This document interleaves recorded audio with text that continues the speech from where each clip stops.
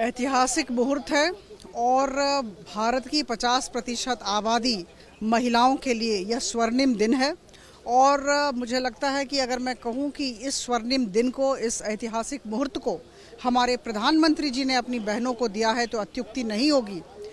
देखिए, मैं बताना चाहूँगी, आपको याद दिलाना चाहूँगी कि 12 सितंबर 1996 जब देवगौड़ा जी की सरकार थी, उस समय भी यह बिल आगत किया गया था, लेकिन उस समय भी संसद इसे पारित नहीं कर पाई थी।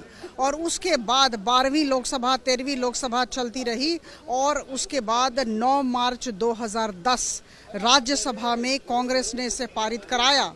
उस समय भी 2/3 बहुमत से जब पारित किया गया तो भारतीय जनता पार्टी महिलाओं के साथ खड़ी थी और उसे भारतीय जनता पार्टी ने बिल का समर्थन किया था।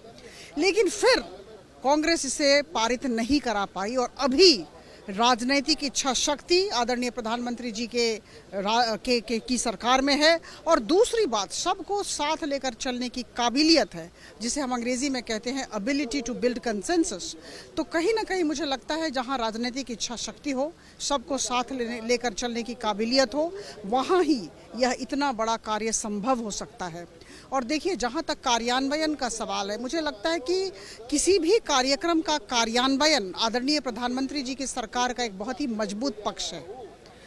मैं इसलिए ये बात कह रही हूँ कि आर्टिकल 370 हो या ट्रिपल तलाक हो या फिर जीएसटी हो, वन नेशन वन टैक्स वाली बात हो, जो बड़े बड़े काम हमने हाथ में लिए, बहुत ही अच्छे तरीके से हमने उनका संपादन किया।